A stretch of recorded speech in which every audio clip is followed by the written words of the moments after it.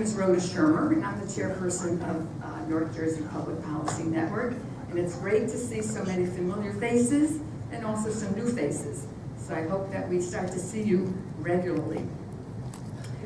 Before I introduce our fabulous speaker, I do want to make an announcement, and that is that next month's program, which is April 17th, is going to be a tribute to, I think, one of the most principled icons, Pete Seeger. So we're going to have a concert. We have great musicians that will be performing who knew Pete Seeger, and I'm urging you all to come and even register early, because I think this is going to be exceptionally popular. So don't tell me that you don't know who Pete Seeger is. Okay, that's good, because I was recently at a high school, and guess what? They didn't know who Pete Seeger was, so I was very surprised at that. Anyway, I'd like to begin our program and begin the introduction to John Nichols. And for this I read. John is best known as the Washington, D.C. correspondent for The Nation magazine. His work appears in many major newspapers and magazines, and he is a regular radio and TV guest. You may have seen him on a number of shows, such as The Ed Schultz Show and Up with Chris Hayes, and I saw him last night on Lawrence O'Donnell. Did you? Oh, okay, you missed him. In addition to being a pioneer political blogger, he has appeared in several documentary films. Is the co-founder with Bob McChesney and Josh Silver of Free Press, and the author of many books, including the best-selling biography, The Rise and Rise of Richard B. Cheney, The Death and Life of American Journalism, and most recently, the acclaimed Dollarocracy. John is an in-your-face, fearless journalist, and author Gore Vidal has claimed, and I quote, "Of all the giant slayers now afoot in the great American desert, John Nichols' sword is the sharpest." John will help us further understand the impact of money influence on democracy, its relationship to the media, and to most of the challenges of our day. So please welcome the fearless John Nichols.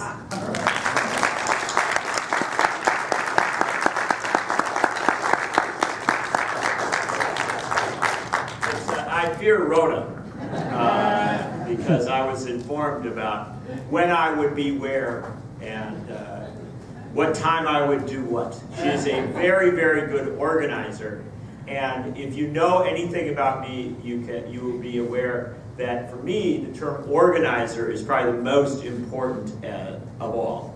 When my friend Sarah Palin was speaking at the Republican National Convention, and she mocked the fact that Barack Obama was a community organizer, it struck me that that was a disqualifying remark, because this country was not founded by governors of Alaska. This country was founded by organizers.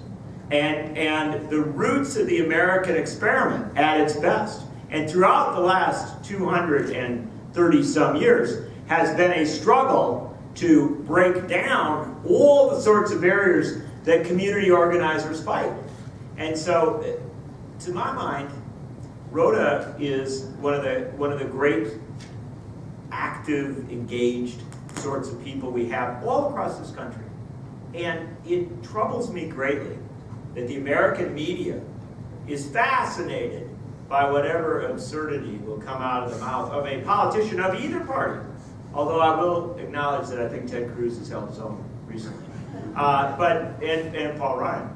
But they're so obsessed with what politicians say, and they pay so very little attention to what people are doing out of the grassroots. The truth of the matter is, if we had a media in this country that reported on all of the activism and engagement at the grassroots across this country, if people then knew that other people were out there, two things would happen.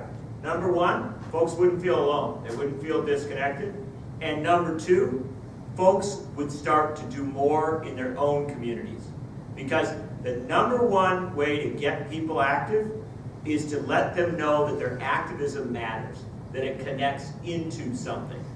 Last fall in New Jersey, you had done a terrible disservice by your media. Your media told you that Chris Christie was going to get reelected. There was simply no doubt of that. Just stand down, be a spectator. And I thought a very honorable woman, Barbara Buono, ran for governor. I'm still struggling to pronounce her name, so I'm a Midwesterner. We don't have these. Right, that's it. Is it Buono? Okay, I'm feeling good then. That's good. Just want to make sure I don't embarrass myself. But I met her a couple times. I wrote some articles on her. I thought she was a strikingly impressive candidate. And you know the fascinating thing that she kept saying?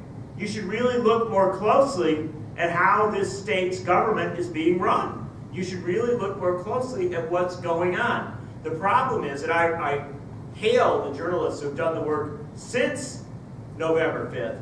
But the fact of the matter is that in politics, hindsight isn't 20/20. Hindsight is destructive. We need to know before elections, not after elections, what's going on with our political leaders. And I think that New Jersey is going to be a case study for a long time to come on the absolute vital importance of pre-election coverage. And if I could do one thing, I would make America, I know this is a dangerous thing to say, make America a little more like France. In France, they ban the polls as you get closer to the election so that people aren't convinced not to go vote by the suggestion that everything is already settled. Imagine how different our politics would be if we went to vote because we thought it always mattered, rather than being told, well, it's all over. If you go to vote, you're just walking through the motions. So, I can tell I'm with a group of people that do not walk through the motions, and that do indeed do their job. Democrats, Republicans, liberals, conservatives, wherever you come from, I'm honored to be with you tonight. And now I'm going to ask you to do something that I know it's the cruelest thing I do. I've done it all across the country, so don't think you're being separated out. But right now, as you've settled into your seats, I'm going to ask everybody to stand up. Everybody in the room, please stand up. Now, I know the school's out, so this is a slightly older audience. But believe me, I was just down in Arizona. I saw audiences that were dramatically older than this. And I have made 95-year-olds stand up and put their walkers aside. Some of them have been cured of their ailments and gone out better than they came. So who knows where we'll turn out tonight? But this won't take long. Please, would every woman in the room sit down? Would every person of color or of ethnicity sit down? Now, when I say ethnicity, that means you're not a white Anglo-Saxon Protestant, who came from a couple of counties in England. All right. Would every person who is not an active mainstream Protestant Christian please sit down? It's astounding how many people we knock out with that one. I think you're cheating. Are you cheating? I'm still thinking on it. All right, I love that question because it's a Hubbard question. It's like, I don't know, I kind of made it. Some guy, I was in, I think it was Oregon. Some guy, excuse me, does Unitarian count? I said, of course not. A Unitarian family moved into a town, and they were treated relatively pleasantly, not totally pleasantly. Then about the first night in town, they heard this crash outside their front window. The husband ran out to see what had happened, and his wife said, "What is it?" And the husband said, "Shield the children, don't let them see." And she said, "What happened?" Said, "Someone has burned a question mark in our front yard." But that's apropos of nothing here. I've asked you, is there anybody still standing? I mean, our hovering guy kind of went down. Stand back up. You don't get out that easy. I can't believe it. This New Jersey, man, you're letting me down. All right, is there anybody in this room who is not a large property holder? Please sit down. All right, there you go. So, in that little experiment, we have reduced this room. Now, everyone who is standing, aside from myself, is the voting class of the United States at its founding. At the founding of the United States of America, You couldn't vote if you were a woman. You couldn't vote if you were a person of color. You couldn't vote if you came from certain ethnicities. You could not vote if you were a religious dissenter or questioner. You could not vote if you didn't own a substantial amount of property. And so at the founding of the American experiment in 1787, not 1776, those are tough times, 1787, when we wrote that Constitution and when we held the first election in the United States, none of you could vote. But you could participate in the process. Because they used to have, we think all these things were set in stone from the start. That the Constitution was handed down in stone to Michelle Bachmann, never to be changed. The reality is we've changed a lot of things over our time. But elections didn't used to be held in November. November's kind of cold, and you certainly wouldn't do it on Tuesday in the middle of the week. That's stupid.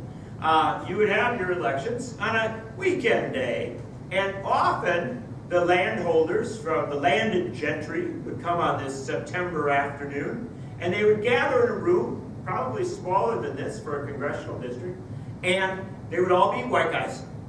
And they would have two white guys up front. And the two white guys would debate how they would govern. And then the landed gentry in the room would choose one of the white guys, James Madison, James Monroe, honor some very interesting, sometimes honorable people, sent him off to the Congress of the United States. Now, when that election was taking place, everybody else, because it was hot, we didn't have air conditioning, they would open up the windows. Everybody else got to look in from outside. The women got to look in from outside. The slaves and the indentured servants got to look in from the outside. The landless workers got to look in from the outside. The Jews got to look in from the outside. Some places the Catholics got to look in from the outside. Everybody looking in from the outside. And it was not as if people were disengaged. Many of these people were educated or had educated themselves, and they often had a favorite. They would look in from the outside and they go, well, I like James Madison a little more than James Monroe. I like Thomas Jefferson a little more than John Adams. Jefferson seems a little more social. And so they would have their picks. Maybe they'd even have a favorite team. I'm a Federalist. I'm an anti-Federalist. So they were engaged with the politics. They thought about it. They knew it was important that the people being chosen would govern their lives, would literally decide whether they might be burdened with taxes, whether they might be sent to fight wars, whether they might be enslaved. Fundamental issues decided by the people in that room. And you had favorites, you had choices. You just didn't have any say in it. You didn't get to decide. You just got to watch. America was a spectator democracy, not an engaged democracy. So the history of the American experiment, if you begin at that point, is one of trying to open up those doors and invite people in. Say, we would like you to come on in and join in this meeting. It's getting a little lonely in this meeting. Love the white guys, but sometimes other people might be interesting too. Who knows, a woman might have a good idea. Maybe a person of color might have a good idea. Maybe somebody who isn't a millionaire might have a good idea. So slowly we invited people in. It did not come easy. It did not come easy. It wasn't, I hate to say it, I would love to tell you that the white guys all said, this is completely ridiculous. 4% of the people are decide the fate of the country. We got to open this thing up. No, it didn't go like that. There were a couple of honorable white guys. Tom Paine, who I think he got to put a statue in Fort Lee. Tom Paine was honorable. He actually said we ought to invite more people in. There were a handful of us. The Quakers were always going on and on, but look where that got. And so, but by and large, the white guys in the room, no, we don't really want those folks. And they would actually deny us a chance to have a debate about whether to let somebody in. Do you know that the first 60 years of the American experiment, it was forbidden to debate slavery in the U.S. Congress? Human bondage, the original sin of the American experiment, the fact that we would treat some human beings as something less than a full human being, this could not be debated in the Congress of the United States. It was not debated because they said, well, it would be too controversial. People might get angry, people might get upset. And I'm thinking, well, if I was a slave, I would be angry and upset. And I would really like to have a little controversy about this thing. And yet, it was denied. The one person who regularly brought up slavery in the first period of this country was a former president of the United States, John Quincy Adams. And it's great. After he served his term as president, he turned around and got elected to the House of Representatives. It would be like if Bill Clinton went back to Arkansas instead of to give speeches in Dubai or whatever. But he went back to Arkansas and got himself elected, come back up to Congress, served in the House of Representatives. John Quincy Adams would stand up at the start of every congressional session and say, I'd like to talk a little bit about slavery. And they didn't have the guts to throw a former president out of the chamber, so they let him go on, and then once he was done, they got on to their other business of not dealing with anything important. And so this country was founded without a mechanism, without an understanding of how we would open the process up. So we had a civil war. That's what happens when you deny democracy long enough, when you don't deal with your problems long enough, things explode. It is an absolute guarantee. And I would say this, we don't all often look at it in the same way. When you talk about climate change, we can put it off long enough. We can deny it for a long time. But there is going to come a day where it will explode. And it will cause us to think of nothing else. Because in America from 1861 to 1865, we thought of nothing else because we had to deal with this crisis that had come to a head. Now, the interesting thing is, how many of you saw the movie Lincoln? There's a movie going on. And those who haven't, I recommend it. But I'll tell you this, what was Lincoln about? Wasn't about the Civil War. No, there's a little bit of Civil War in there. It wasn't even about what a charming guy Abe Lincoln was. It was about trying to make the Civil War have meaning. And it's a big deal. Because one of the worst ways that we teach Civil War history is to say it was just about keeping the Union together. That's a denialist way of teaching history. That's a way of teaching history that takes the heart and the soul out of the subject and says, well, yeah, we're all, maybe we had a little difference of opinion back in the mid-19th century, nothing to get too excited about, right? You can still fly your Confederate flag if you want. But the truth of the matter is, the Civil War was a horrible, awful, brutal, bloody experience in which people from states like New Jersey and Massachusetts and my native state of Wisconsin went south to die on behalf of the promise that all men were created equal. And those deaths, those hundreds of thousands of deaths, needed to be given meaning. My ancestors come from rural Wisconsin. They signed up, they fought in the 24th Wisconsin in the Civil War. When General Grant came down to Chattanooga, you had Lookout Mountain, and next to it was Missionary Ridge. The Confederate soldiers were arrayed across those mountains at the top. They tried to take Lookout Mountain without success. General Grant, who had just been put in charge of the Union Army, was beginning to give up, was beginning to question whether there was any hope for this initiative. And if it failed, then the initiative of breaking through to the core of the South became dramatically harder. You had to then perhaps go out west, fight an army in the west, what Fremont had talked about. These are difficult times. The bodies were everywhere. It was an awful, awful experience. The 24th Wisconsin was arrayed at the bottom of Missionary Ridge. Missionary Ridge isn't just a little hill. It was a tall, tall hill. So you got to look all the way up. Across the top of it were Confederate cannons, Confederate marksmen. 24th Wisconsin decided, with questionable orders, to try and take Missionary Ridge. Every one of the boys in that unit were rural Wisconsinites, sometimes urban Wisconsinites, who had come out of an abolitionist Republican tradition that said the war was not about keeping the Union together. The war was about ending the moral sin of slavery. Because keeping a Union together would not make you look up a mountain like that at cannons and guns trained on you and say, boys, let's try and take this mountain. Now, when they went over the battlements and started going up that mountain, they were mowed down, killed one after another.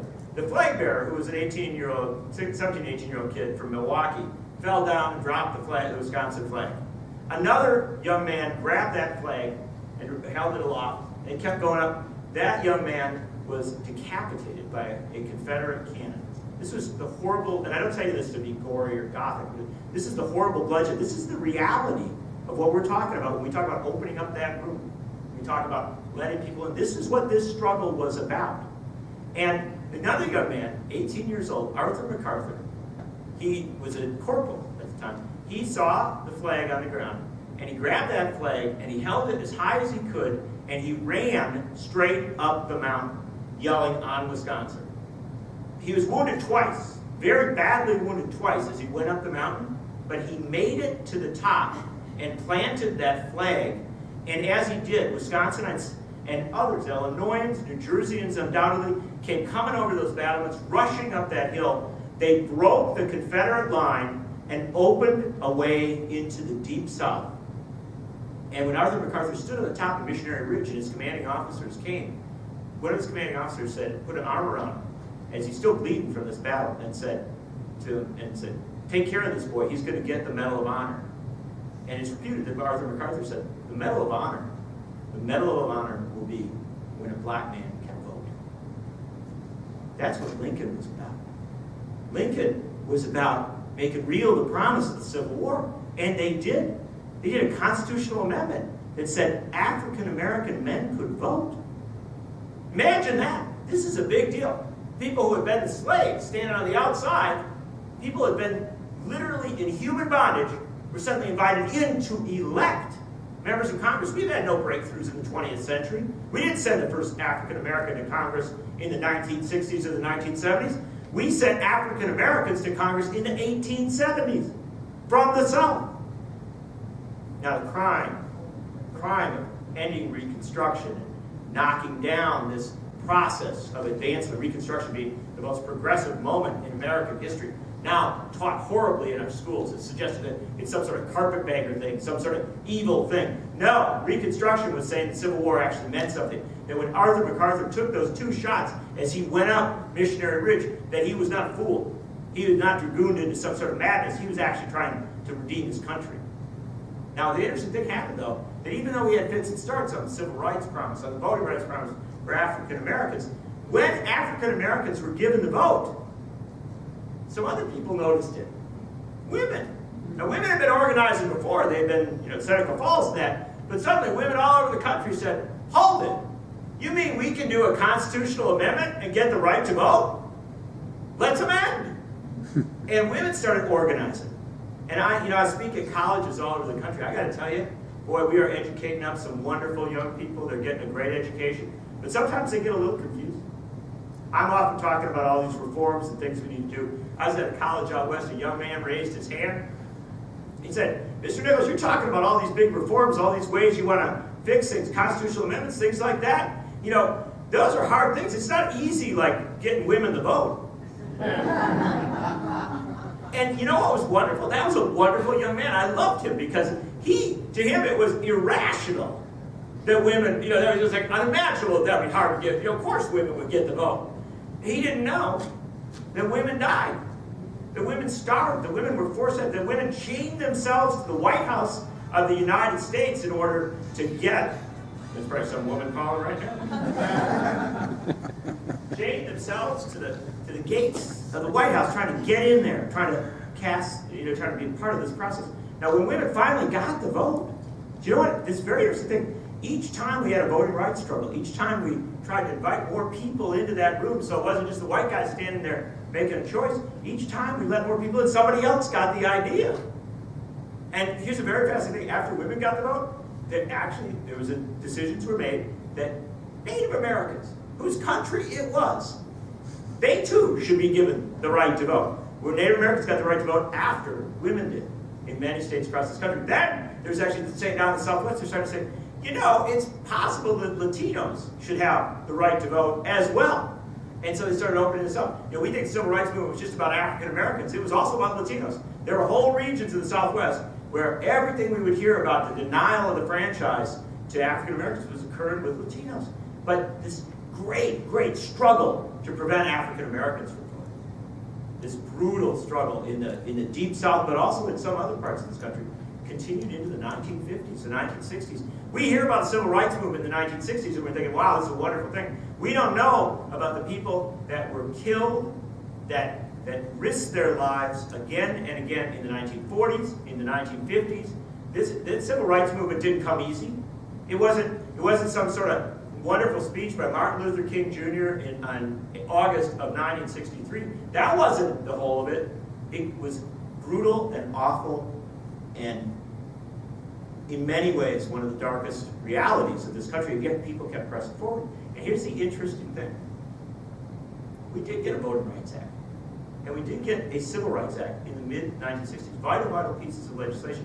But something else happened, and we don't teach this well enough because we don't teach this process of constitutional amendments, how we've amended the Constitution to make democracy real. Do you know why John Kennedy went to Texas in 1963, in November 1963? He went to Texas to try and bring the Democratic Party back together because it had been pulled apart. People will talk about why it was pulled apart. In the first week of November 1963, Texas voted on whether to eliminate the poll tax, the wealth barrier to voting. Most people cannot imagine that into the mid-1960s, the United States allowed the wealth barrier. Remember those indentured servants, the non-property people that were outside?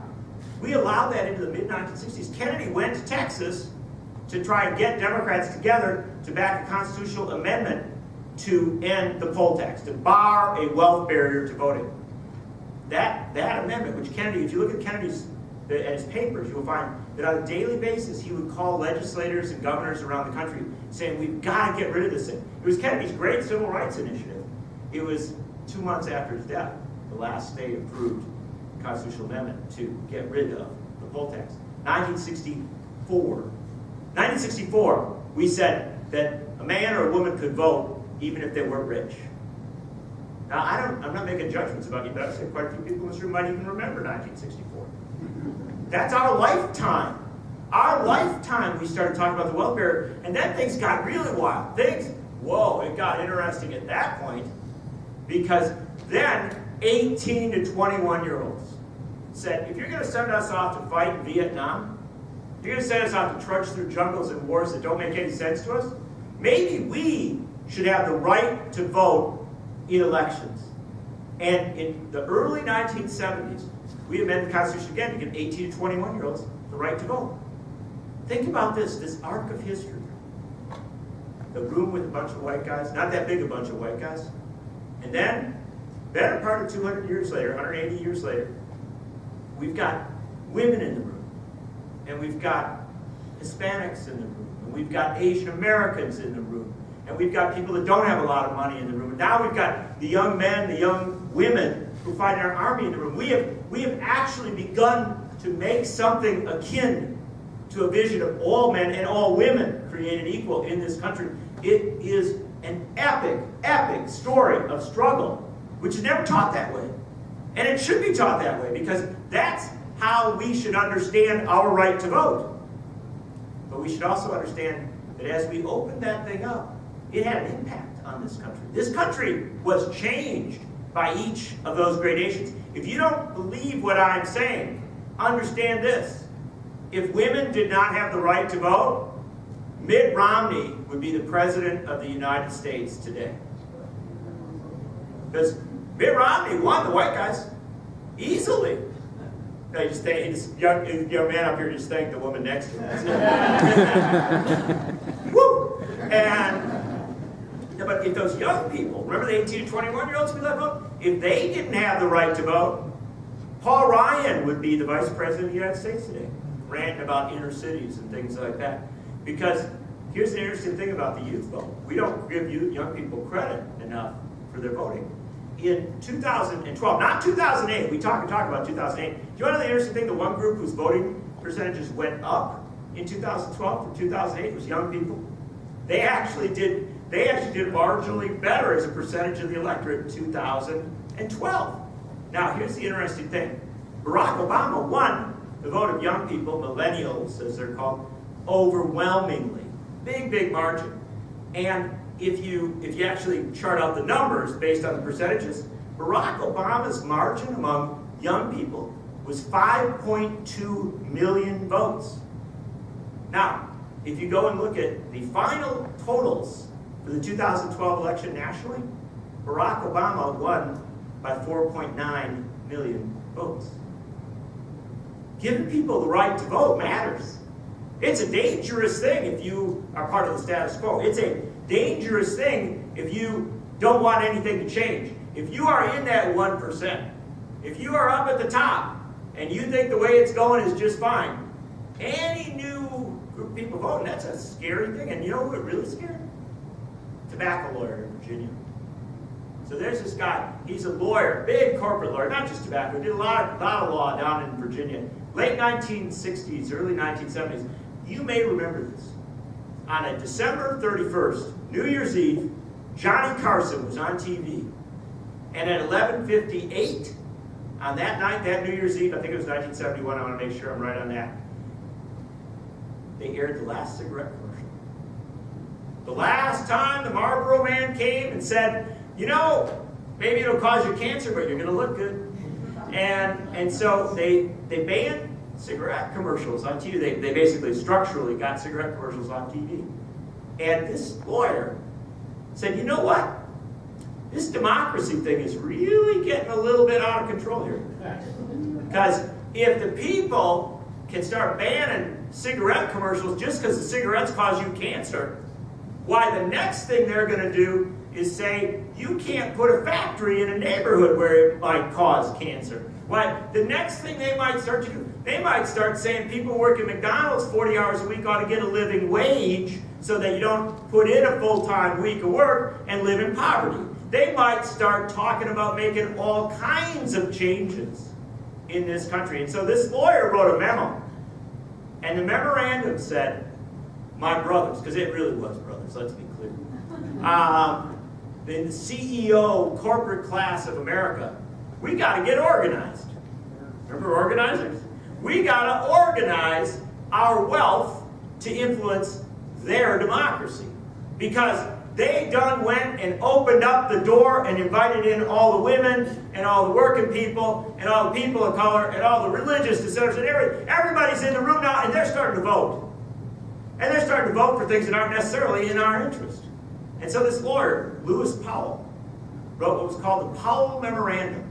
And it circulated among CEOs and corporate executives across this country. A friend of mine, Jeff Clement, a great lawyer, went and studied Powell's papers. And he found these notes from CEOs of big corporations. Can you send me a copy of your memorandum? They were passing it around like pornography in the boys' room. He was like, oh my God, this is a great idea. Organize our wealth so that no matter how the voting goes, we come out on top. What did Lewis Powell say? He said, you got to start think tanks, places that come up with big ideas for how to make sure that people don't vote in their own interest. And you got to start to organize the wealthy and the powerful and get them linked up with legislators and members of Congress.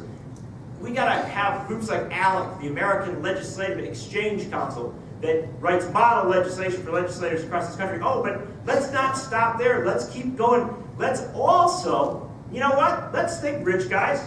Maybe we need our own media. I know it's crazy. Maybe we could have a TV network that just spouts corporate and conservative ideas all the time.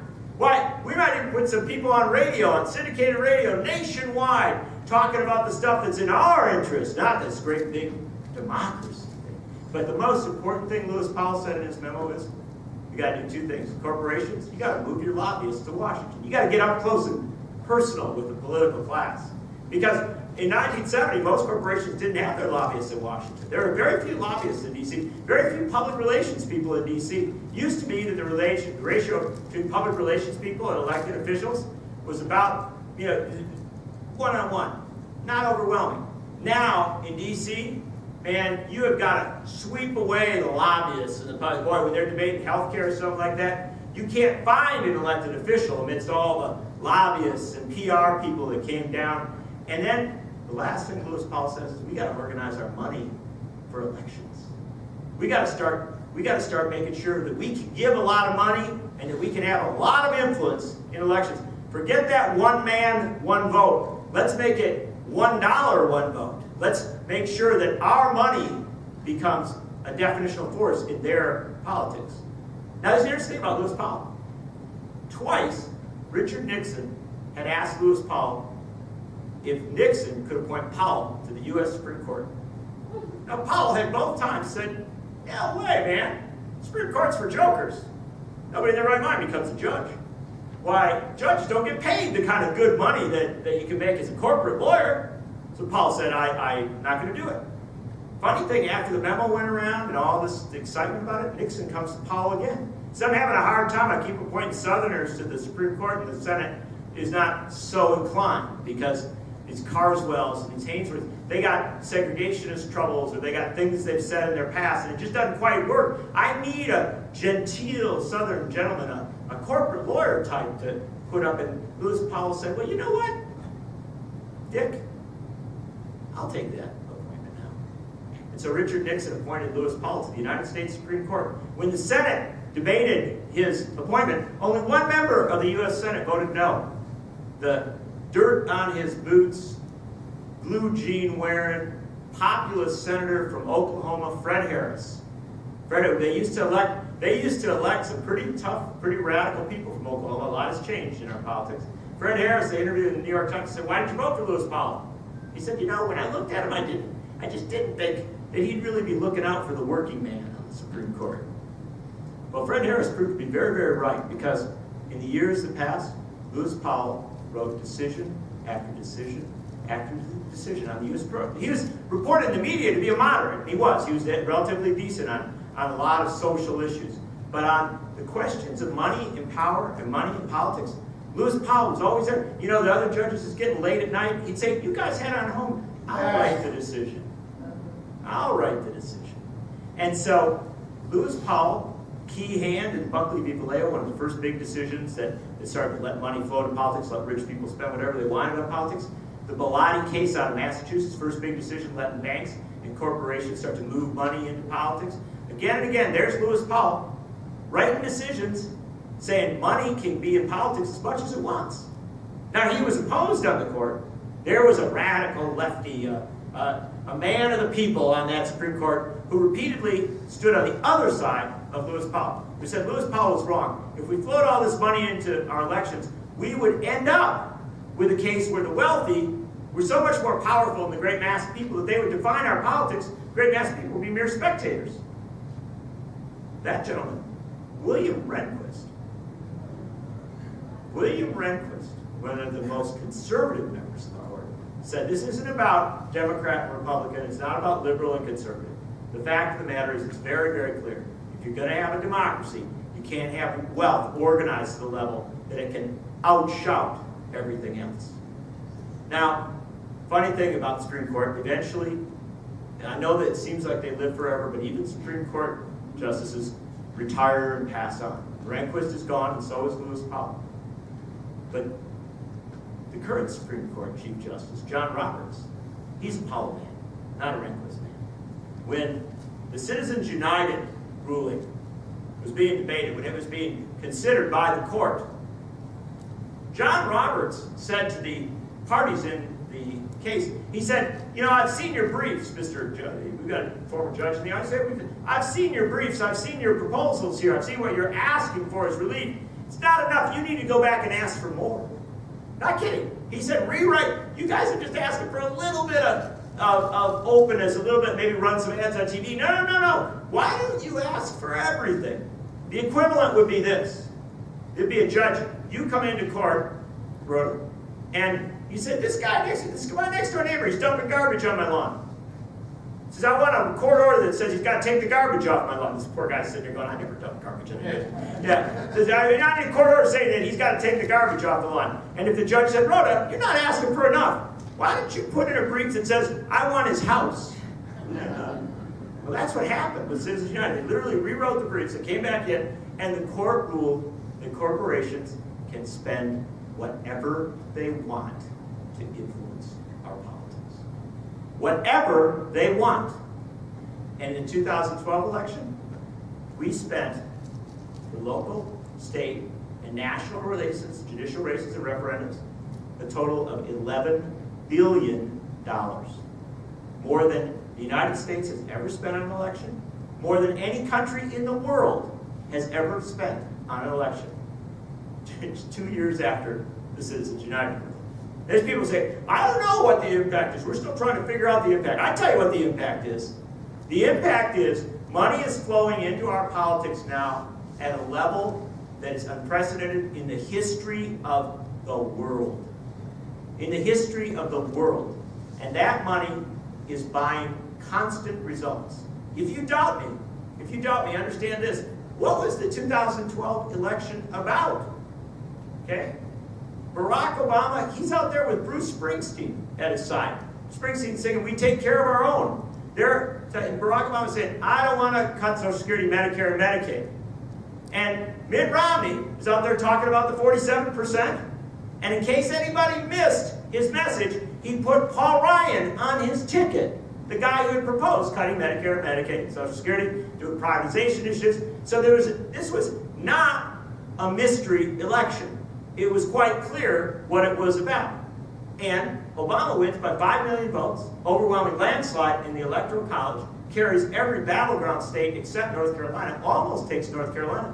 In fact, the great story of the 2012 election is Obama won by much more than anybody expected. The U.S. Senate was supposed to fall to the Republicans because of the pattern of seats that were up. No, Democrats held the U.S. Senate. And the House of Representatives, more than 1 million. The Democrats had more than 1 million more votes than the Republicans for House seats in 2012. It's just gerrymandering the way we structure our elections. It didn't put Democrats in charge of the House of Representatives. So it's a very, very clear election result. And yet, what happened within weeks after the election? People say, you know, we're going to have to talk about entitlement reform. We're going to have to talk about doing something with Social Security, Medicare, Medicaid. The issues never go away. They buy their issues back into play. Even when you have an election result, you don't get the result. Because money creates zombie ideas.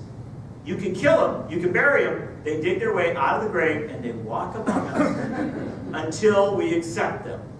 And if you don't believe that we have degenerated to a level that is almost beyond comprehension, Congress of the United States, the richest country in the world, has just spent a good portion of the last year debating how much to cut food stamps and school lunch programs.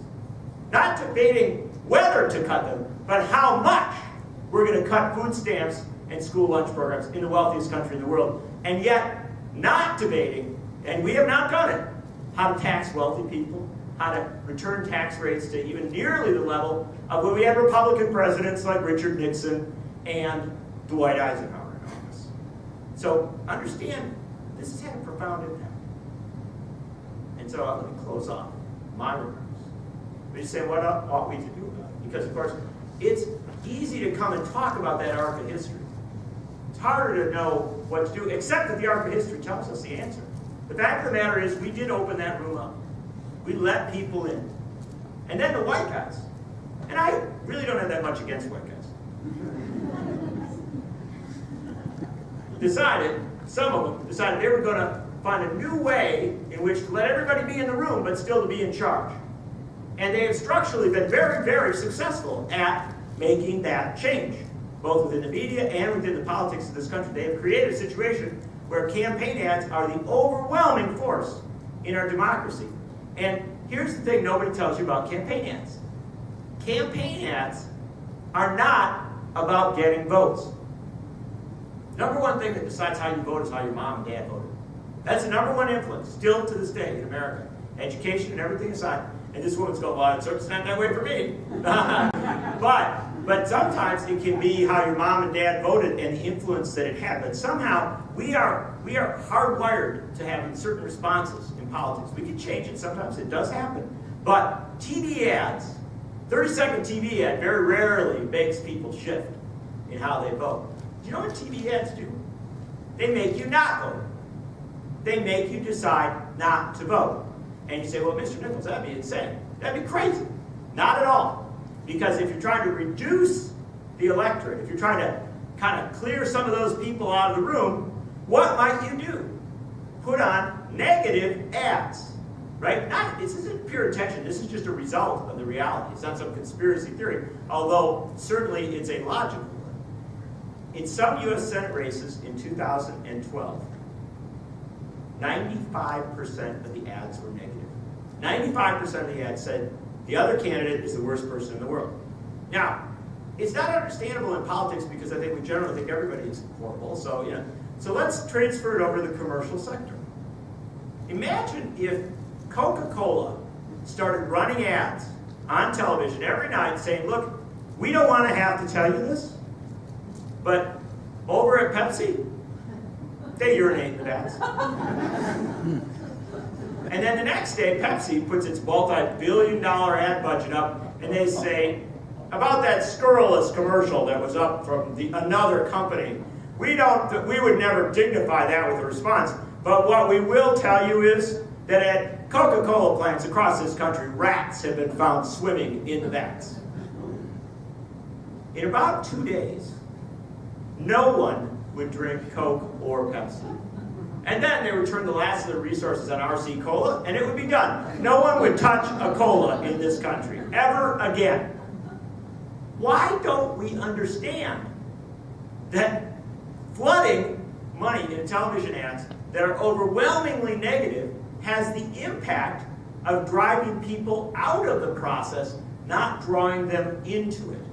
And so it is that in countries where they do not allow political ads, like just, horrific police states like Britain and Germany and Norway, where they don't allow 30-second spots and they don't allow all the negative ads, every one of those places has dramatically higher voter turnout than we do.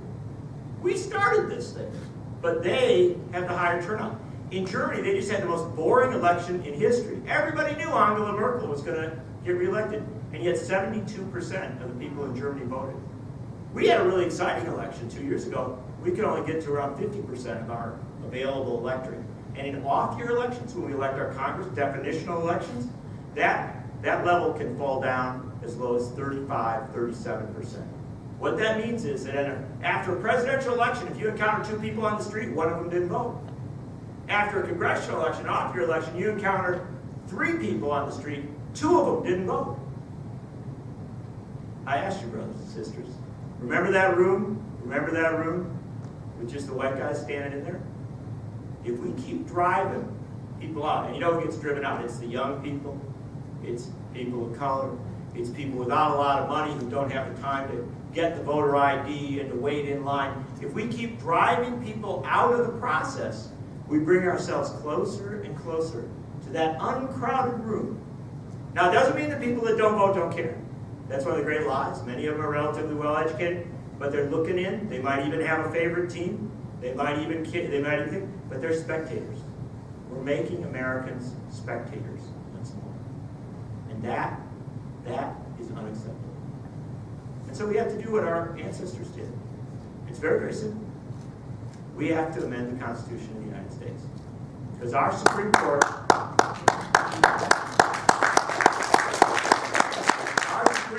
has said that money is speech, corporations are people, and that we don't have a right to organize elections in which our votes matter more than the dollar. We need to amend the Constitution of the United States to say, no, money is not speech. Corporations are not people. And we have a right to elections where our votes matter more than their dollars. And we also have a right and a responsibility to amend our Constitution to say that every American has a right to vote and a right to have that vote counted. No more Supreme Court coming in saying, we want to get rid of the barriers to giving money in politics, but we're going to let you erect barriers to voting. That's what's happened in our Supreme Court. It has literally said, we're going to clear the barriers to the money. We're going to do the Citizens United ruling, and then they turn around and say, but we don't like the Voting Rights Act. We don't like protections for people to vote. The absurdity of this thing, if you landed from outer space, you would say this is madness. And at a moment where it's madness, that's where we amend our Constitution. We've done it before. Now, I know this, you've been taught, as I said before, that the Constitution written in stone, handed down to Michelle Bachmann, never been amended, never been changed, never been altered in the history of the Republic except, 27 times. Founders didn't believe in amending the Constitution. It was sacrilege to even touch the thing. You can't change the Constitution. Founders would never have allowed that except, they amended it 10 times in the first 4 years of the American experiment. Then they amended it again about 15 years later after the vice president shot the Secretary of the Treasury. in New Jersey, I believe. And they decided they needed a new way to elect vice presidents.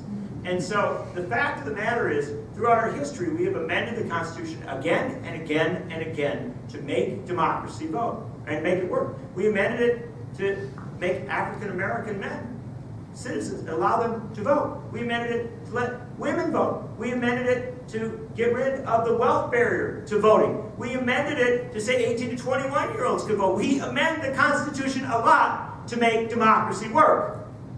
And I know you're saying, well, Mr. Nichols, you've made a tremendous case here this evening. We are enraptured by your thoughtful comments. But we fear that when we leave tonight, as we head out into that beautiful Hackensack evening, that we might, as we're trying to find our car in the many parking lots of the university, we might be struck by devils. We might start to think that while in that nice, warm, pleasant room, it sounded possible to amend the Constitution. But outside, the cold reality of the world, amending the Constitution seems like it might be kind of hard. It might be kind of difficult to amend the Constitution of the United States.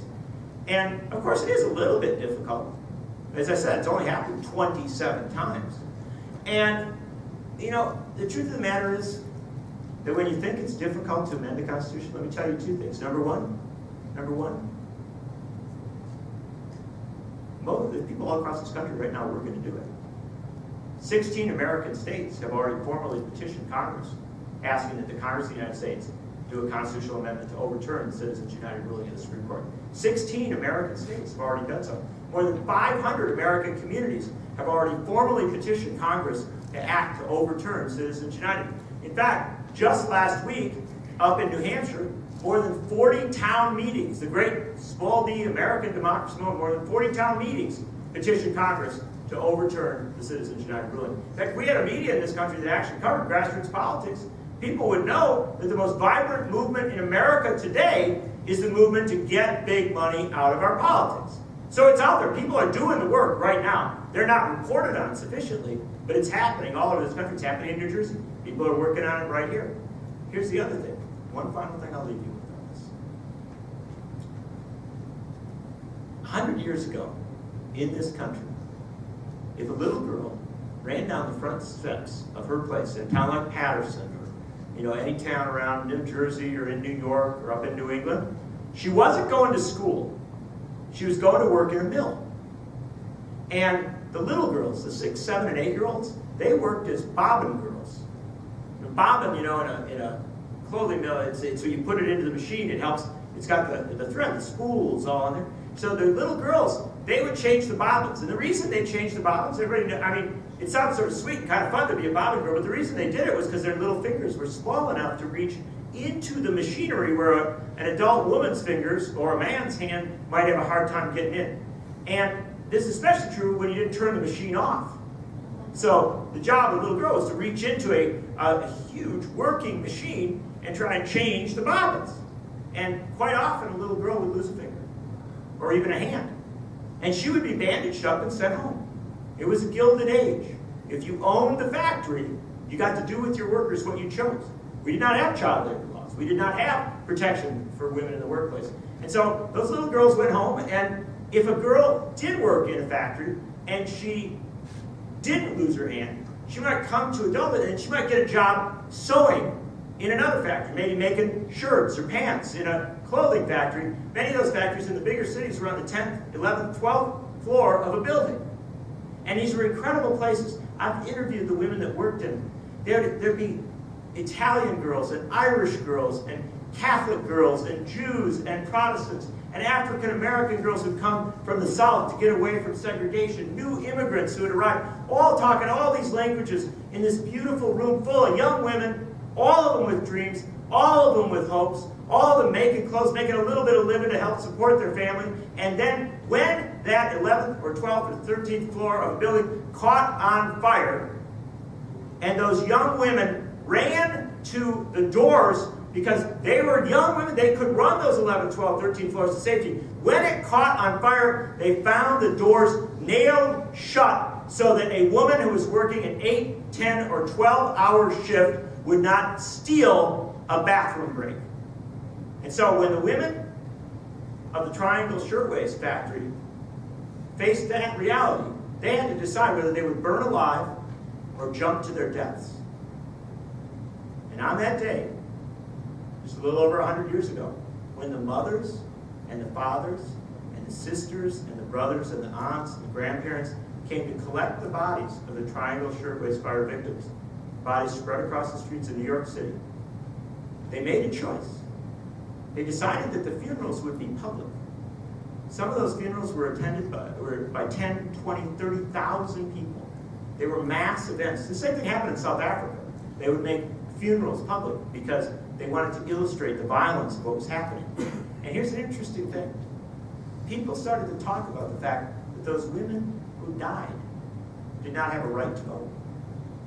And if they had had a right to vote, they didn't have a right to elect the U.S. Senate. The U.S. Senate was appointed, not elected. And if the Senate and the Congress fell into the power of the people, they still didn't have a right to regulate big corporations. They didn't have a right to tax them in any kind of meaningful way because we didn't have a tax system in this country. We didn't have a formalized internal revenue service in this country. That was a little over 100 years ago.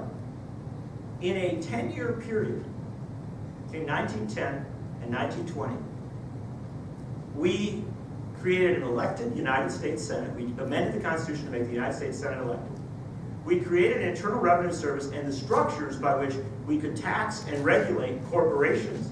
And from that extended child labor laws, all sorts of other protections for women in the workplace, beginnings of protections for labor unions. In fact, nothing that happened in the New Deal could have happened without the structural changes of an elected U.S. Senate and then creating a tax system and the regulatory structure that went with it. And we closed that 10-year period out by giving the right to vote to women. In a 10-year period, we amended the Constitution 3 times to make real the promise of democracy. So I have a simple question for you tonight. Are you that much less than your parents and your grandparents? Are you that much less capable than your parents and your grandparents to make real the promise of the American experiment? And I know you're going to say, well, they were superhumans. They were just better than we are. That's a given. But they were immigrant men and women, many of whom barely spoke the language, others of whom had come out of the segregated South, many of whom did not have a great education, many of whom worked 8, 10, 12, 14-hour days and had to meet at night to rally to change this country. There was no meeting of white guys in the ivory tower deciding to give women the right to vote. There was no meeting, say, of the corporate CEOs saying, yeah, we want to be taxed.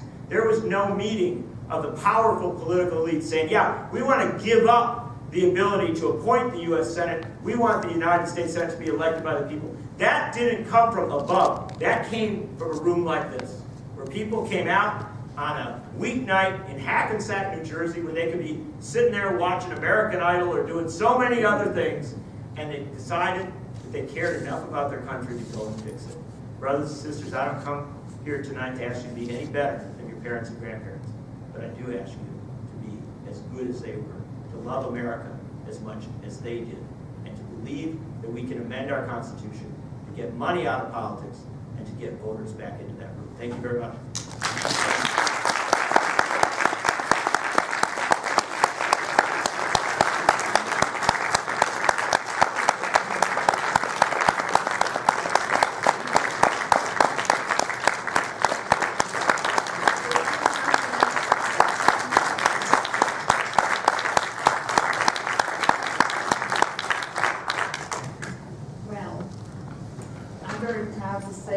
Quite a few people here in this room tonight who are working on getting money out of our politics and restoring democracy.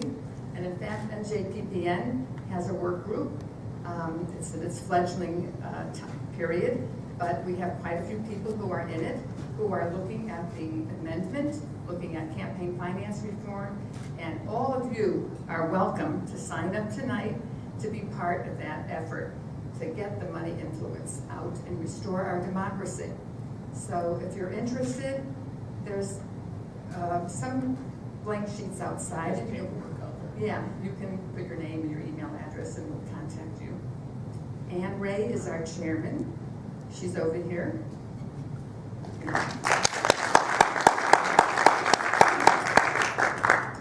Okay, so now we're going to open up for questions. And usually we have great questions. But what I'm going to ask you to do is to come down to the mic, line up. Here we can move the mic out a little bit. Yeah, So it's- and I also would like to make sure that you understand that there are lots of people probably that have questions. So please don't make speeches. Try to just cut to the quick. Ask your question. We'd appreciate that. I'll take it. Thank you. I would hope that you make very long and detailed speeches. And, I want to hear everything you think, and particularly any conspiracy theories you might have. Yes, sir.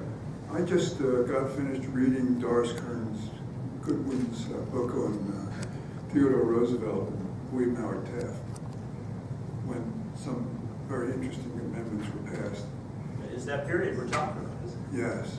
Now, one of the things that was proposed and supported by Theodore Roosevelt was recall of Supreme Court justices. It is true. It is true.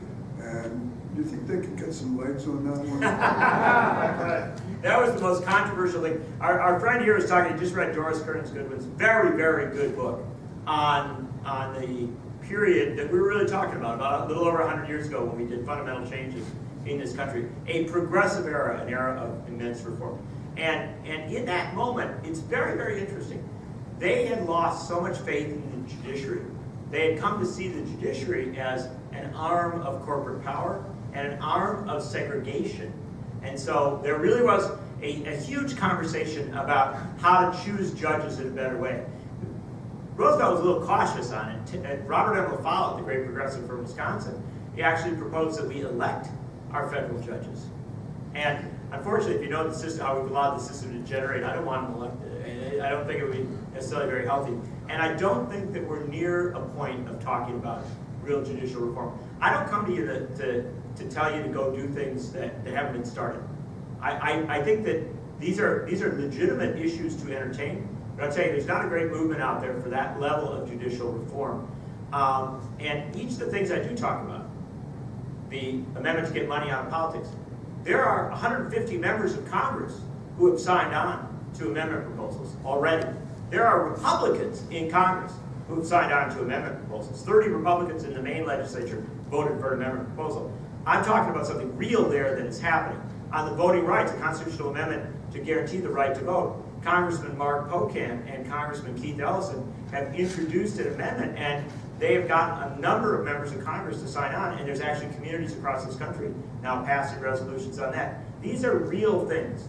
And so you want to open up judicial reform, you're a young man, you got lots of time to sort that out. And I'm not faulting you for bringing it up, but what I am saying is that I think that at this point we're not in that zone. The last thing I'll say is the one other amendment that I actually think we should consider is an amendment to get rid of the Electoral College. Yes. Because I actually believe that the person who gets the most votes should become president of the United States. And I have a feeling that when we allowed the person who didn't get the most votes in 2000 to become the president of the United States, a lot of difficult things followed upon that. President Cheney did not work out to be the best. Well, I wanted to ask, my background's in political science, and I'm concerned about a constitutional convention because I'm afraid it could get preempted by those I wouldn't want to see preempted, such as making abortion illegal or something like that. So how can you limit the agenda of a constitutional convention to the Electoral College or Citizens United and not let it get crazy into other areas? Could get a little hairy, right? Constitutional, Very hairy. yeah. Now, I understand what you are suggesting, and there are two ways to amend the Constitution. One is to have a constitutional convention. We have never ever done it. This country's never. We had one in 1787, and they screwed it up so bad that we ended up saying that the people who did most of the work in this country were 3/5 of human beings. So we've had one constitutional convention. We've had 27 amendments to the Constitution. I happen to be in the camp that says amendments are going the route. Going and having Congress pass it. I know nobody believes Congress can do anything, but nobody believed the Congress of 100 years ago could do much either. And so having Congress do it and then moving it that way, rather than a constitutional convention. There's smart people who disagree with me, who think we should have a constitutional convention. And at one point, Lawrence Lessig entertained the idea. I think he's moved away from it. I think at one point entertained the idea of a constitutional convention. Say there's so much awry that we should do it. Here's the problem. that I have with the Constitutional Convention, to be very blunt about it. In a Constitutional Convention, you elect delegates to it. We have a system that is absolutely drenched in money. If we don't reform the money in politics thing and we have a Constitutional Convention, the money in politics will, in fact, organize the thing. So that's mine. So if my fellow political scientists, I am on your side. I'm being a little dubious. But we didn't have to have a Constitutional Convention to give women the right to vote. Didn't Lessing also say put more money in? What? Didn't Lessing also support the No, idea he of- does not. He's on our, he is actually a pretty strong supporter of efforts to overturn Citizens United.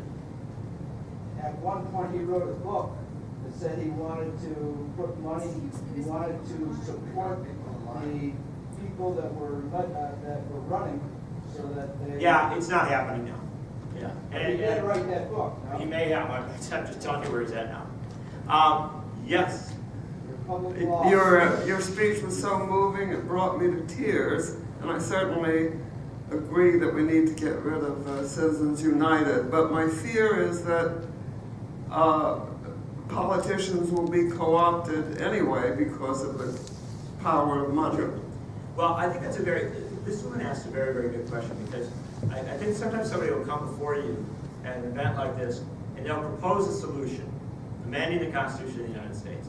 And I might even convince you to go out and try and work on that, and then you think, well, boy, if I do this, everything is going to be fine. This will cure all that ails America. Now, we've got a couple people here who've come. I'm a co-founder of Free Press, the nation's media reform network. We believe that we have an incredibly lousy media in this country that does a horrible job of covering politics, democracy, trade issues, and a whole host of other concerns in this country. And so I haven't even spent not a minute talking about media tonight. And the fact of the matter is, if we got money out of politics with the media system we have now, we'd still have a lot of problems, right?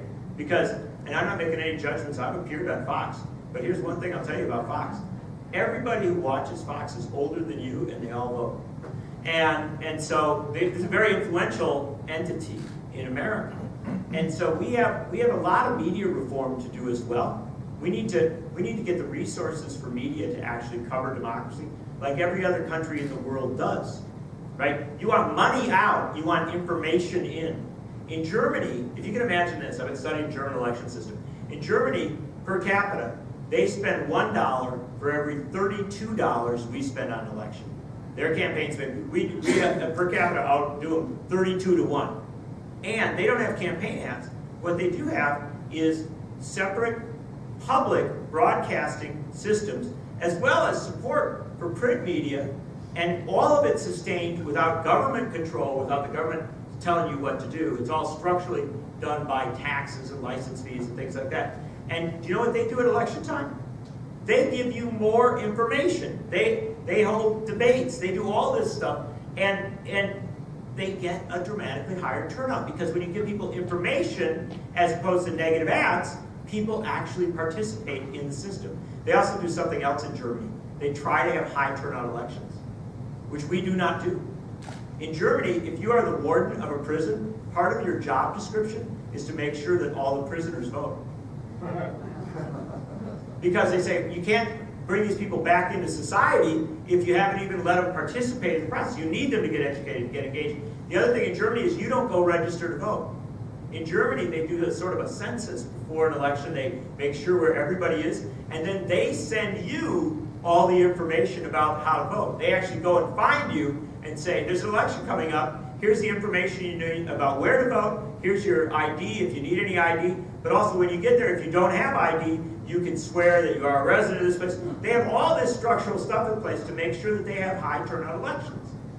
So, in answer to your question, yeah, just getting the money out, even if we do it in a really good way, won't solve all the problems. And the money will always try to get back in. The great progressive reformers of a century ago said the struggle in America is, there's nothing we ever win in America. It's the old fight. From the founding of the Republic to the end of the Republic, it will always be the same. That there's a wealthy few that will try to figure out how to use their money to get the process that they want, and then there's a great mass of the rest of us. When we go to sleep, when we start resting, they hire somebody to win, right? That's the reality of politics. And so we don't get to relax. We don't get to, and you don't look like somebody who ever relaxes. So I think it's just fine. But this is the reality. This is what I'm telling you.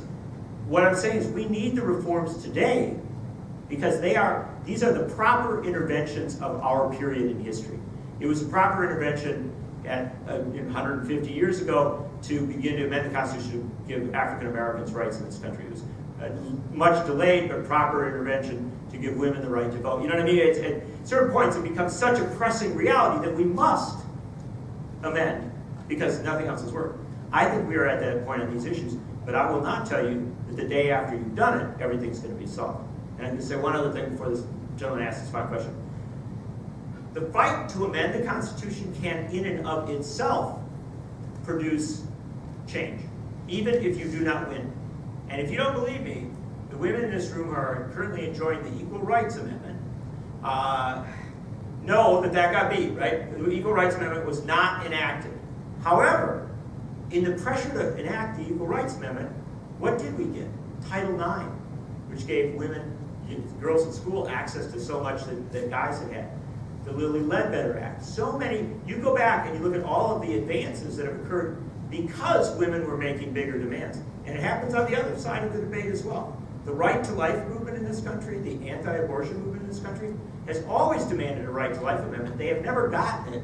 But I would suggest to you that if you look at reporting on the status of reproductive rights today, that making big demands often allows you to build the movements that get you smaller things. So it's never wrong to seek real reform. Now, if you don't get it all, you will get something, and that's better than doing tinkering around the edges, which gets you nothing at all. This morning I was thinking that New York State is on the verge of passing public finance. They did talk about it. But it came to the conclusion that unless we get Citizens United overturned, it's a drop in the bucket. Yeah. How can citizens financing is not going to compete against PAC money? This very wise man brought up a subtle thing. I'm in favor of all campaign finance reform.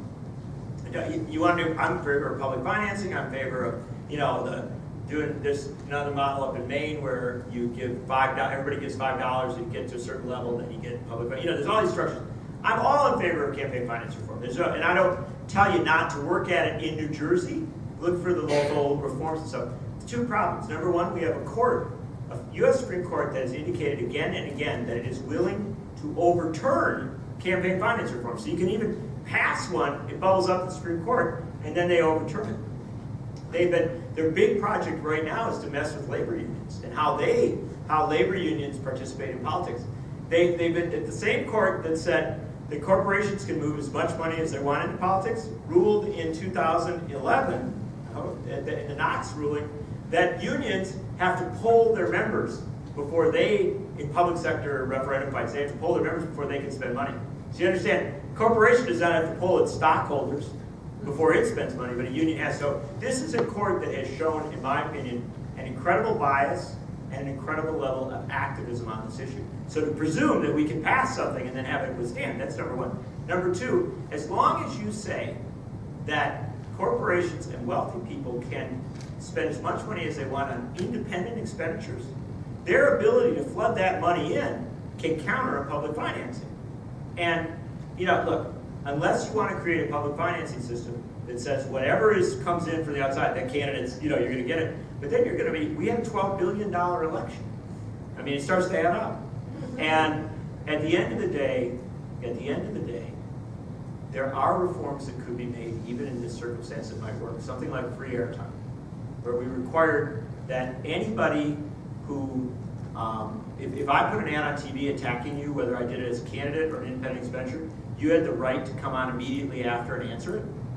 Every time that ad aired, you do something like that, yeah, we might be able to, you know how quickly the negative ads would disappear? Immediately, because of that counter. But unless you think we can actually get control of all the TV networks and get the FCC to do free airtime, I still hold to the view that the constitutional amendment is a strong core way to fight on this issue.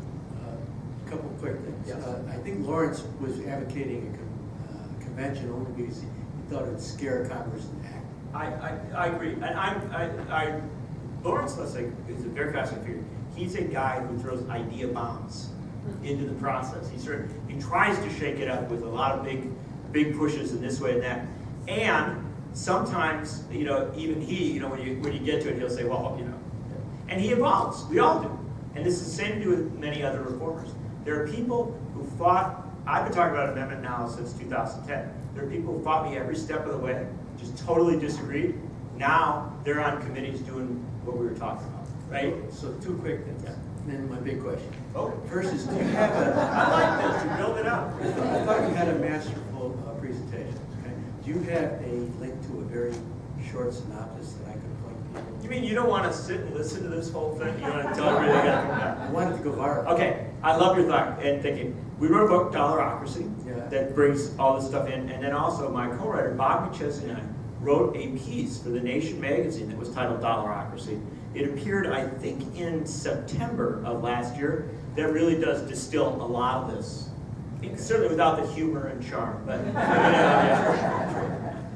And so, what tactics do you really believe we as a group or individuals can at the grassroots level really effectively get something mounted in the state of New Jersey? Great. I think that is that your big question? It's not a bigger one than that. All right, that's good. Just checking. He's asking this because he's one of the key members of this restored democracy. Well, I'm delighted he's a key. I like that you got the key members already. So here's the deal. In New Jersey, which ought to be an easy state, do you know that some of the states that have already done formal requests to Congress are like Montana. Now, I'm not saying Montana is superior to New Jersey, although their governor is not currently in trouble. But the fact is that there are many, many ways to do this, and you need to look at your structural possibilities. In Montana, they did a referendum. They literally petitioned it onto the ballot and said, we want to have the people of the state vote on it. Same thing happened in Colorado. Now, the fascinating thing is that in 2012, they had referendums in Montana and Colorado on formally asking Congress to act. And Montana voted for Romney for president. Colorado voted for Obama for president, both quite comfortably. And yet, this is, and I believe this is the divine intervention that Unitarians will most regard. In Montana, it was 73% in favor of overturning citizens of the United States voted for Romney. In Colorado, the state that voted for Obama, it was 74%. So, Same people. yeah. Well, what I'm telling you is, I think the referendum idea is a really powerful idea. We are primarily in an educational moment. And so whether you do it as a referendum, whether you ask your legislators to introduce and vote, and I know you have New Jersey legislators who are actually doing some of this. Nothing that I'm proposing here isn't already in play to some extent, but the one thing I would say is put your energy in one place. Figure out what you're going to press for, whether you want to press for a statewide vote, whether you want to press for a legislative act, and then go for it. It's happening. Last year we had 5 states formally acted. We also had a referendum in Los Angeles. They voted in Los Angeles, and this is the best story of all. The Los Angeles Times, the daily newspaper, editorialized again and again against it. They said, oh, this isn't a fix, you shouldn't mess with the Constitution, blah, blah, blah. And so all the media was against it. They were being told they were wrong, and they still got 75%.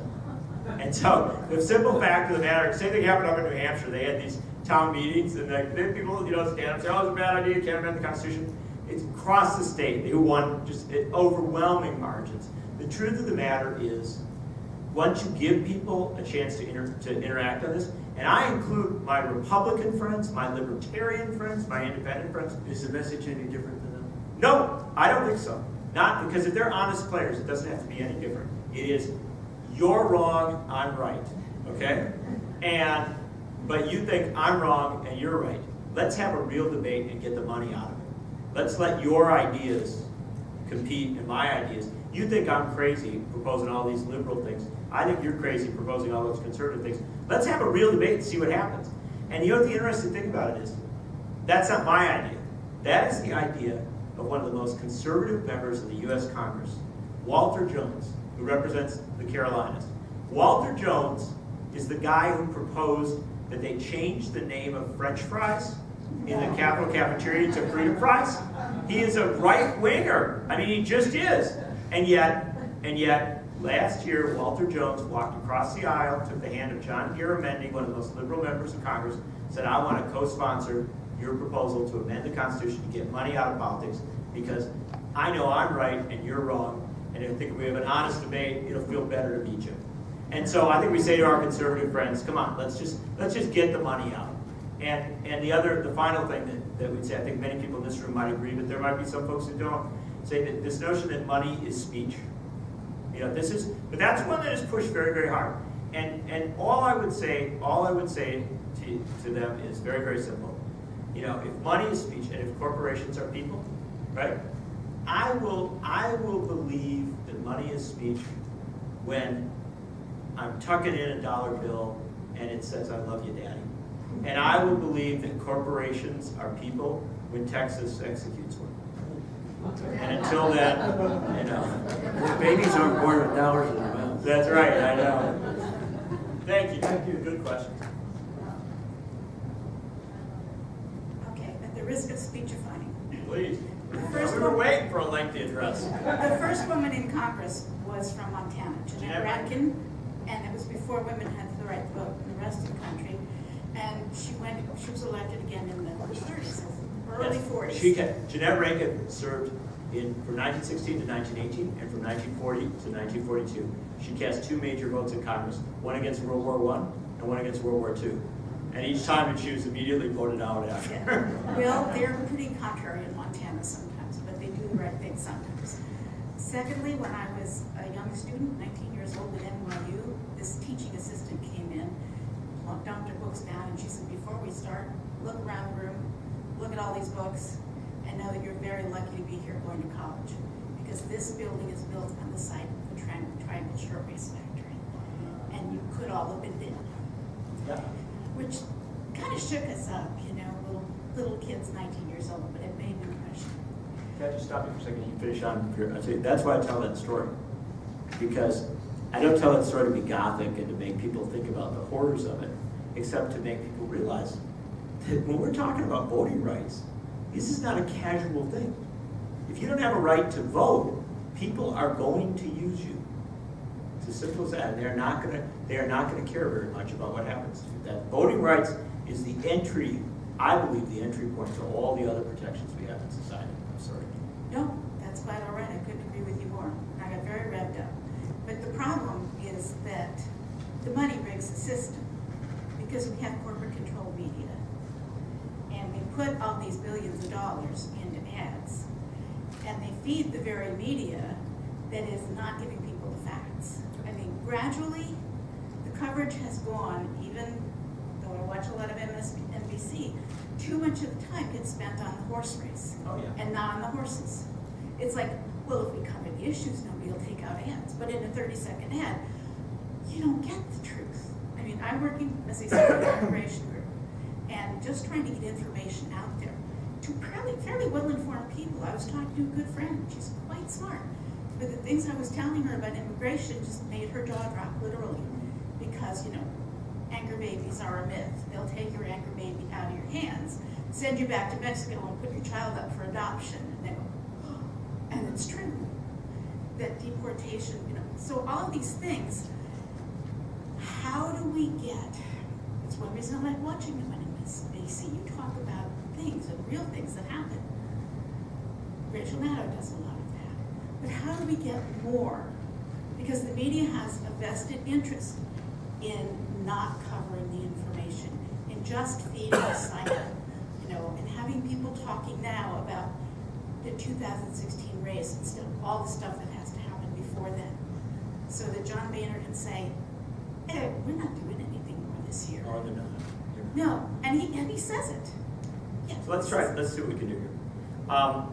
Because I think you've done us a great service as a questioner, and that is to take us into a core question about how we get our information now. And one thing that's important to understand is it's way worse than it used to be.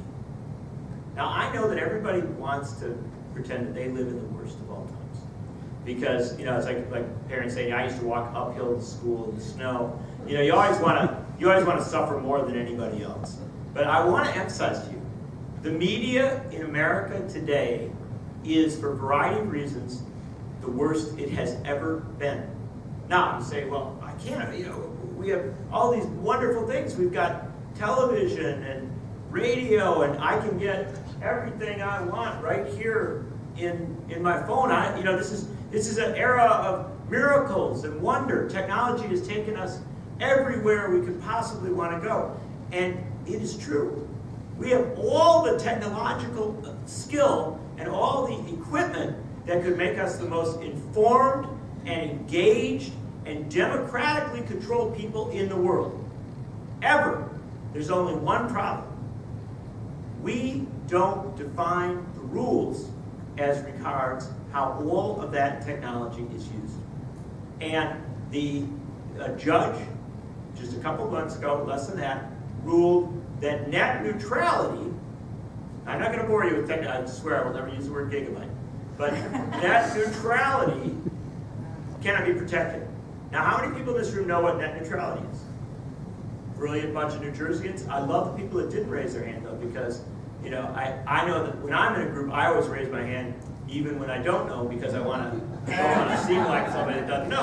And so, the honest people who say they don't know, I love you for that. And I love the people who are informed as well. But here's the net neutrality is a very simple thing. It's the First Amendment of the internet. It says that information moves at the same speed whether you're rich or whether you're poor, and it means that the Walmart watch, right? People who look at Walmart, their information moves as fast as Walmart's information.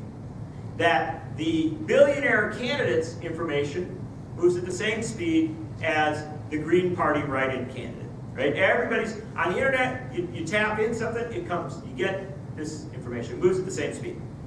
If you eliminate net neutrality, then the people who deliver your communication services, your internet service on your phone, on your computer, they can go to Walmart and say, pay us an extra couple billion and we'll make your stuff move fast. We'll create an information superhighway for some information and a dirt road for other information. And you begin to segment the internet. Because the important thing to understand about the internet, just as one example, is the internet, the way you make money on the internet is by delivering you people to a company or to a candidate, right? You are the product, not the products that you see. You're the valuable reality. That's why they data mine you. They don't data mine corporations. They don't data mine, political parties. They data mine you so they can find out everything they can about you so that then they can communicate to you based on your fears, your needs, your hopes, whatever, so they can get you, right? You will buy things then. You will vote certain ways then. That's the point of this thing. Now, if we structure the rules to make it overwhelmingly in favor of money, then the internet becomes not a true tool of possibility, but a tool of control. And similarly, television, which is our airwaves, we own the airwaves that television stations broadcast on. And it was once thought that television was going to be, you look at, nobody's ever said anything about the internet that wasn't said about television. We're going to be the most educated, informed, wondrous thing possible, right? But no, television was brought under the control of a handful of corporations, which now use it for the purpose of making money, to deliver you to those who need this stuff. The bottom line is that, I say all this not to go off on some long thing, except to say that if we want to have a society that functions, we have to become media reformers as well as political reformers. And what I mean by media reformers is we have to engage in the process of media policy making as a great mass of people, not as spectators. We shouldn't think media just happens to us. I have news for you. Rupert Murdoch did not crawl out of the primordial swamp and create Fox. Fox exists because we structured the rules so that there could be a Fox. Rush Limbaugh did not suddenly come up with a great idea and become the most successful syndicated personality on radio. No, we changed the rules so that a Rush Limbaugh could exist. The rules of how media operates define what media we get. And the number one rule of how media operates should be that candidates get free airtime, not ads. That we don't do ads. We have the ability to do that in the United States. This is doable. This is what the original McCain-Feingold bill proposed free airtime. Now, to get it passed through Congress, they had to back off. But the reality is that when we talk about what we want, we should also talk about media. And we should not be satisfied with what we get today. Do you know what television stations in battleground states are starting to do? They're starting to shave minutes off the evening news to fit more ads in. They're actually giving you less news so that they can sell more ads. Now, this is the tragedy of the circumstance because people actually come to the news to find stuff out. But when you shave time away and just give people ads, it's the perfect propagandist dream, right? It's the dream of a propaganda state. The people have come someplace to get, hopefully fair and balanced information, and you got them, and then you can feed them your stuff. And so it's a disastrous situation that we should be actively engaged in reforming, not to silence dissenting views. I want there to be a Fox. I want there to be a Rush Limbaugh. I want there to be conservative media. I want there to be liberal media. I don't mind that. That's not the point. But what I don't want is for any one media to have so much dominance of our discourse that it basically sets the agenda for what happens in our society. And that's what we've done. Yeah. It's a big thing to change. But we have a group called Free Press that's actually working on that. Well, you mock the Unitarian Universalist. No, I don't mock them at all. But I found out about Free Press because you had a booth at the UU General Assembly, and I was another exhibitor there, and they made me a convert. Oh, believe me, I know. In fact, I mock the Unitarians because it's sort of like you mock your parents. The most useful thing, the most wonderful, useful thing you can find. It's second only to the Quakers. All right? And then various other religions. Yes, sir. Thank you. Yes, thank you. I have a couple of questions, if I could. Who's really good? Make them brief. You referenced earlier that there are several models in Europe where media is supported centrally, and that there are structures to keep it independent. Could you elaborate on that a bit? Sure. That's the first question. Yeah, sure. Quickly, just to say that in our book we write a lot about different media systems and how they operate. In England, the BBC, which is generally thought to be the finest broadcast entity in the world, although Brits will criticize it, and appropriately so in many ways, BBC is financed by a license fee on your television. If you have a television, you have to pay a license fee. That money does not go through the government, it goes to the BBC. They literally structurally exist based on those license fees. And so the fact of the matter is that different places have different rules. One of the best systems for financing broadcasts in the world is in Germany, and it was set up by these geniuses, by these brilliant thinkers, the U.S. occupying forces after World War II. No, we didn't set it all up, but they were very actively involved. And what did Eisenhower and these guys do? They said, that Hitler, the Nazis, had control of the media. And when it was a one-size-fits-all media, when you had this centralized stuff, it was very, very dangerous. So you know what they did in Germany? They broke the TV networks up into the different states, the different regions of Germany. So national TV networks are controlled at different regional levels. And again, financing system structured to keep it fully independent. There they actually use some general revenue, I believe, but they also use different structures in what not like a license fee. And then the last place that I think is absolutely fascinating is Denmark. In Denmark, they have, my dear, can I bring you? Don't you worry. Look what I got. I know.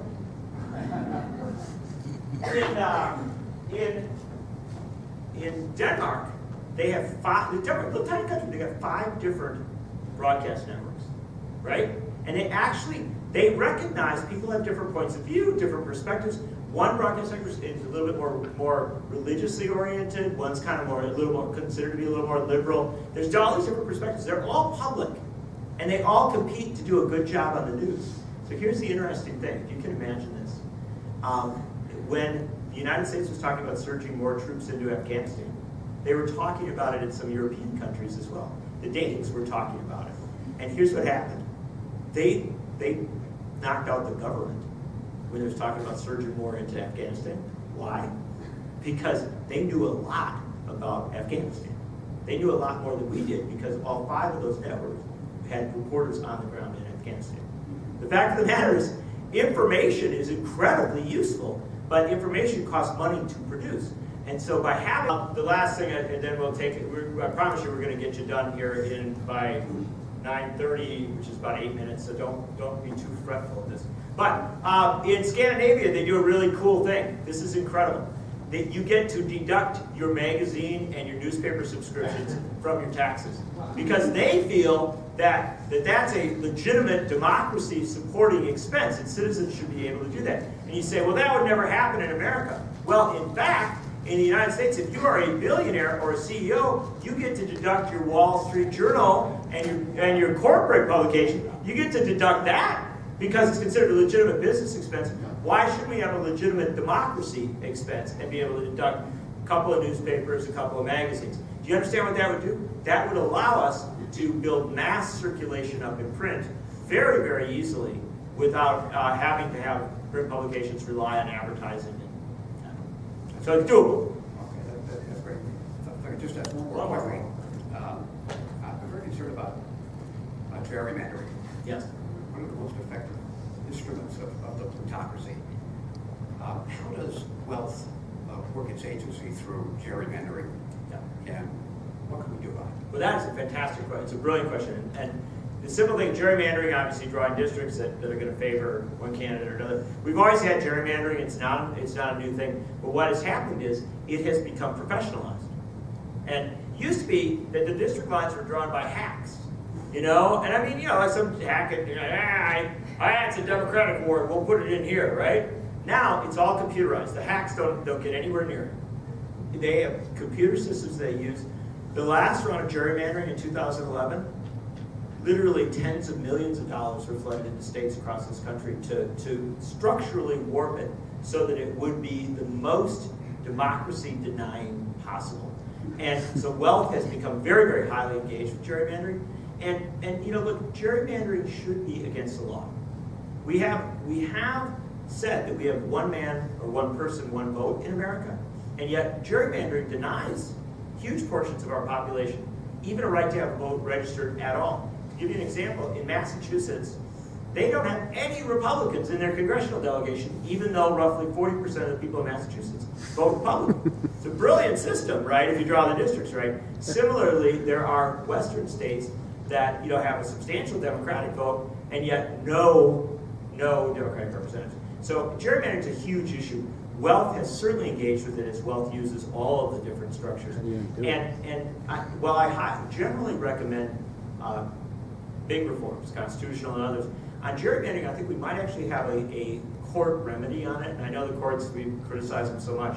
But there's some evidence. The group Demos, which works out of New York City, has been exploring legal strategies for challenging gerrymandering at the state level on a one-man, one vote, or one person, one vote. And I'm very intrigued by that. If you want to learn more about it, I recommend check out Demos, check out the Brennan Center. They're both exploring where to go. Thank you. Yes, photographer and professor. I hope I'm not too obnoxious today. Yeah, completely. I really appreciate what you've been saying, and I too was going to ask about gerrymandering, but the other question I had was about primaries. Yeah. We all know that in primaries, candidates flee for the edges and win there. New York City and a few other jurisdictions seem to have run elections without primaries, where people have to appeal to all the voters, and the two highest vote getters run against each other, which would tend to bring things toward a reasonable middle. How could we do that? Well, it's a very good question, although New York has partisan primaries. So, it's fair to ask. They have complicated primaries where they have runoffs and things like that. And so what you're saying is, that's what they mean, is that in New York you have a multi-candidate, and then you have two come on, and then you have a runoff. And so there's many, many different ways to do the primary process in this country. One of the things is that, and this isn't something, and I won't go too deep into this because we don't have a lot of time, it's getting later, but it's worth considering. We actually use our tax dollars to finance immense amounts of party activity in America. So the primary election is held by the state, and yet it is an election to choose the candidates of a party. And so we are effectively using the instruments of the state to help a party, which in many states doesn't allow non-members of the party to vote. So we are creating a primary process that is narrowly defined to benefit political parties. There's a legitimate debate to be had about alternative methods to do this. Now, I'm not going to go, again, I won't go big, but I will tell you that in California, they recently effectively eliminated the primary. Now they have all the candidates run in the top two, then go to November. It means that if you're in an overwhelmingly Democratic district, your two candidates are both going to be Democrats. They might be different kinds of Democrats, but they both go up overwhelmingly Republican. You get two Republicans. That's not necessarily a real fix, right? Because you could still end up with a situation where a lot of people are disenfranchised. What I like the best is instant runoff voting. It's a model used in countries around the world, or proportional representation. What it means is, in instant runoff voting, if you voted, say, a legislative district, you'd elect 3 legislators, you get to rank the candidates 1, 2, 3. If one of your 1, 2, 3s doesn't make it, then your vote transfers to, you might transfer to your 4th candidate, whatever, but I don't want to make it complicated. It's going to sound worse than it is. The fact of the matter is, by ranking candidates, you can transfer your vote. End result is that you always have a meeting. And again, I'm not a big Germanophile, that's not my point, but in Germany they have a system where in every region they have a party list. And so proportionally their Bundestag is made up of as many, however you vote. In Israel, any political party, every political party gets representation based on their percentage of the vote. So you get 60%, you get 60% of the Knesset. So there are many, many different models to reform. The best place to go, rather than listen to me, is to go to a group called Fair Vote. Fair Vote, it comes together as one word. They're online, they're terrific, and Fair Vote is the leading organization in the United States working on making full and real the promise of democracy. And they have succeeded in Minneapolis and St. Paul and San Francisco and other places across the country in implementing instant runoff voting and structural changes. And the incredible thing is, in Minneapolis, they just had an election where they elected a new mayor, and the candidate who didn't have a lot of money and wasn't the big insider got elected mayor. Not because she was, always ahead, but because the transfer votes ended up getting her in. So there are real reforms out there, and Fair Vote's a good place to live. And I can't believe that we end up with this fabulous chairman of our organization. Is that right? You are the chairman? Yeah. Yeah, there you go. Asking the last question, or saying good night. Yeah. This is kind of a huge topic, but McCutcheon versus the FAC, the decision may come out next week. Yep. And there is a movement to have a rapid response, and it's called Money Out, People In, and there's one being organized in Clifton, and if you sign up, I'll send you the information. But to me, it seems it's kind of like a people's ad. Like, they're stealing our government. The Supreme Court is saying money is speech, and they're going to do it again. And it's going to be, but this time, if McCutcheon wins, it'll be individual people buying congressmen, buying senators. Yep. It'll mean that 500 of the wealthiest people in America could buy the whole national legislature. So They already it's a have. really important decision, and is probably coming out next week or early April. Absolutely. And I love that you brought that up, and you did it just perfectly. And so I don't have to say a lot, but I will say this. First off, the response to McCutcheon, they're trying to have a mass response so that when the ruling comes down, the media sees every place across this country people saying, hold it, this is crazy. And we weren't able to do that after Citizens United because we didn't fully understand everything that was coming our way. Now we're seeing this stuff piling up. And so she is exactly right. If you could engage on that day, go to a city hall, go to a federal building, and be a part of a local protest, it's a big deal because it's really important that we see a people power response. It's a way that we translate all this energy and all this activism into something, that can be seen by the media. The other thing about McCutcheon is, I want people to understand what McCutcheon is. McCutcheon is simply cleanup after the battle. This is important to understand. We already lost the battle. We have lost, and in fact, the money has flowed in. But the really, really rich people get bummed out having to go through all the processes of doing an independent expenditure, right? They just want to flood the money in directly. And so this is literally cleanup. It's literally saying, oh, we're making it too hard for rich people to buy elections. We should make it easier by letting them just give massive amounts of money to candidates. And nothing sums up the absolute absurdity of our circumstance that at a point when we're having 10, 11, $12 billion election cycles, where Barack Obama and his supporters spent $1.2 billion, and Mitt Romney and his supporters spent $1.3 billion in the last election. We're saying, oh, it's too hard for Sheldon Adelson to fund us, or for the Koch brothers to fund elections. We got to make it easier. That's how bad it's gotten. And so your response to McCutcheon is not to say, oh, McCutcheon is the end of the world. No, the end of the world already came.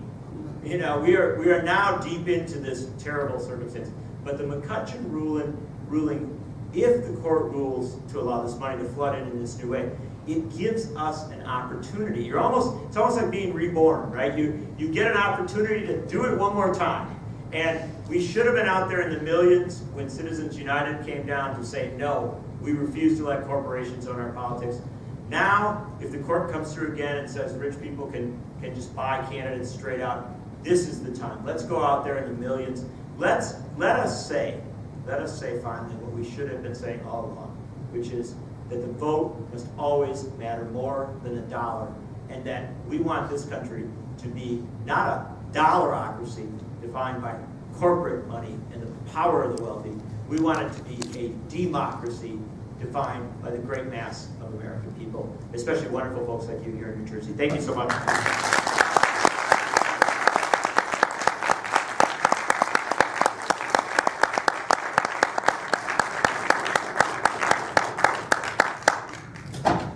For those of you that want to watch this again, I think we are successfully videotaping this.